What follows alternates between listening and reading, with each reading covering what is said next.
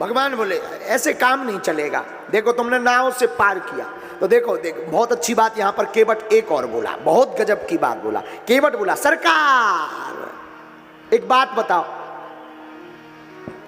आप पार कैसे भय? बोले नैया से। तो केवट ने कहा नैया किसकी थी? बोले तुम्हारी। केवट बोला नैया तो पार हमारी हुई है, फिर आप हमें उतराई क्यों दोगे? नैया तो पार हमारी हुई है, हमें उतराई किस बात की दोगे? लेकिन फिर भी देना चाहते तो फिर कभी उधार है, आप दोबारा आना तो दे देना। बातें सुनकर के भगवान आहा गदगद हो गए। केवट हाथ जोड़कर कहता है अब कछु नाथ ना चाहिए मोरे, अब कछु नाथ ना चाहिए मोरे। दीन दयालो अनुग्रह तोरे, आहा दीन दयालो अनुग्रह तोरे, दीन दयालो अनुग्रह तोरे। और आपको देना ही है, अभी मत फिरती बार मोही जो देवा, फिरती बार मोही जो देवा, सो प्रसाद में सिर धरी लेवा, सो प्रसाद में सिर धरी लेवा, सो प्रसाद में सिर धरी। आप वापस आते समय जो भी हमको देंगे वो हम सिर पर रख लेंगे। और आप कहते हो हमें कुछ देना है तो हमारी तो सुनो। नाथ आजू में काहो न पावा, नाथ आजू में काहे न पावा,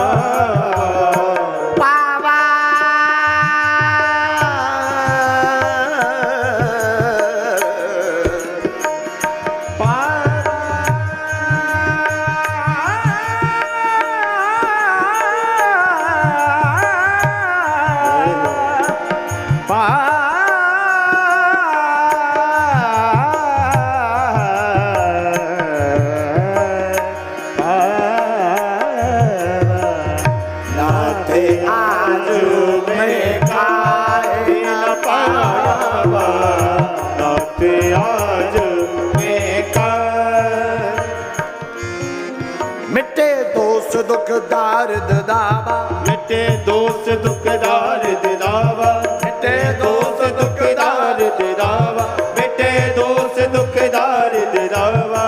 नाथ आज मैं काहे न पावा, नाथ आज मैं काहे न पावा, नाथ आज मैं काहे न पावा,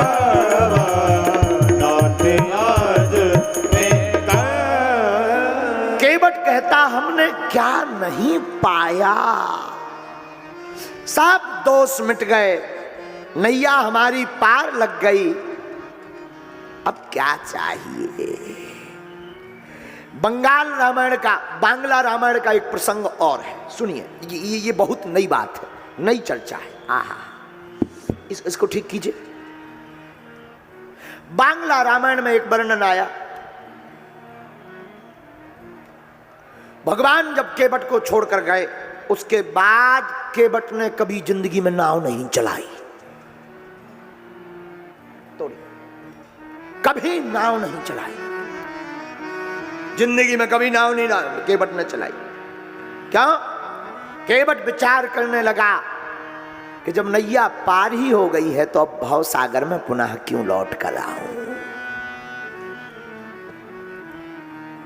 लौट कर कभी नाव नहीं चलाई। जिस नाव पर राम बैठ गए, अब उस नाव पर राम रूपी भगवान बैठ गए, पर अब उस नाव पर कोई मानव रूपी काम नहीं बैठेगा। राम विराजमान हो गए, नाव को उठाकर घर पर रख लिया, रोज किनारे आकर प्रभु का इंतजार करता कि भगवान आएंगे। रोज नाव लाता ले जाता, कोई लोग आते कि हाँ भाई हमें पार जाना, भाई हम व्यस्त हैं। और हमने तो एक बात और पढ़ी, बहुत अद्भुत, केवट ने भगवान के जाने के बाद अपनी आंखें फोड़ ली। बंगला रामायण में वर्णन, आंखें फोड़ ली। किसी ने पूछा तुमने आंखों में सुई क्यों चुभा ली, कांटे क्यों चुभा लिए, आंखें क्यों फोड़ ली? केवट कहता है इन नैनों ने राम देख लिए, अब संसार को देखने की आवश्यकता नहीं है। आहा, आंखें फोड़ ली। भगवान ने उधर रावण का जब वध किया, अब इस पुष्पक विमान पर बैठकर भगवान आए अयोध्या, तो हमने सुना कि भगवान पहले सीधे जा रहे थे, भान रहा नहीं रहा, दोनों भाव लिखे हैं बांग्ला रामायण में। भान नहीं रहा केवट का, सीधे अयोध्या जा रहे थे, लेकिन जैसे ही पुष्पक विमान गंगा के ऊपर से निकला, जहां केवट नीचे भगवान का 14 साल से इंतजार कर रहा था, वहीं पर विमान जाकर के रुक गया, गति ठहर गई। किसी ने कहा क्या हुआ, क्या कमी है? विमान तो संकल्प से चलता था, फिर क्या हुआ? राम जी ने कहा नीचे हमारा भक्त केवट इंतजार कर रहा। विमान नीचे उतारा, श्री जानकी लक्ष्मण जी सहित भगवान अयोध्या जा रहे थे, 14 साल पूरे होने वाले थे। विमान नीचे उतरा, आवाज दी, अरे भैया केवट। आहा, दिखाई तो पड़ता नहीं था, तुरंत दौड़ा दौड़ा जिस तरफ से आवाज आई, भागा भागा, गिरता गिरता उठता, गिरता उठता, उठता गिरता चला आया, भगवान के सामने आकर रोने लगा।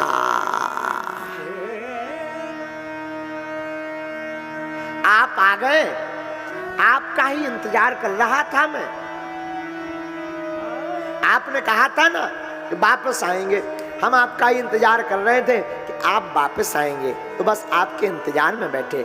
भगवान ने आंखों को देखा तो कहा क्या हुआ भैया केवट, क्या बताएं सरकार, अब दुनिया को देखने की हमें जरूरत नहीं है, इन नैनों ने आपके दर्शन कर लिए, अब हमें दुनिया नहीं दिखाई पड़ती है। आंखें भर भर के केवट रोने लगा। भगवान ने केवट जी को हृदय से लगाकर अपनी दृढ़ भक्ति प्रदान केवट जी को कर दी और कहा यही उतराई के रूप में ले लो, आज से तुम्हें दृढ़ भक्ति हमारी मिल जावे। केवट गदगद हो गया। भगवान ने नैनों को पुनः किया केवट सरकार के चरणों में। केवट फिर हाथ जोड़कर बोला सरकार, उस बार से तो लक्ष्मण जी की तरफ देखकर बोला सरकार, उस बार हम बहुत बोल गए थे, क्षमा करो, अब फिर से नाव पर नहीं बैठोगे क्या?